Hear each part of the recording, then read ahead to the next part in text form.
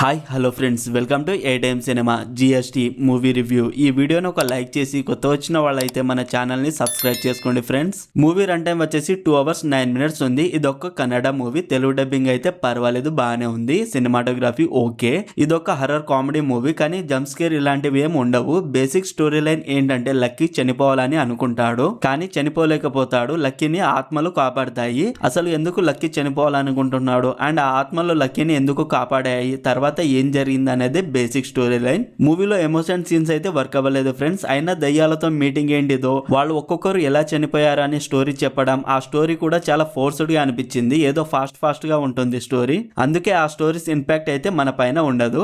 మళ్ళీ love story అని ఎటో వెళ్ళిపోతుంది. మూవీలో ఫస్ట్ సూసైడ్ అని స్టార్ట్ చేసి తర్వాత దయ్యాలని, తర్వాత లవ్ స్టోరీ అని, తర్వాత రాబరీ అని ఎటో వెళ్ళిపోతుంది మూవీ. ఒక దగ్గర ఉండదు స్టోరీ. ఆ స్టోరీ అయినా ఇంట్రెస్టింగ్ గా రాసుకున్నారా అంటే అది లేదు.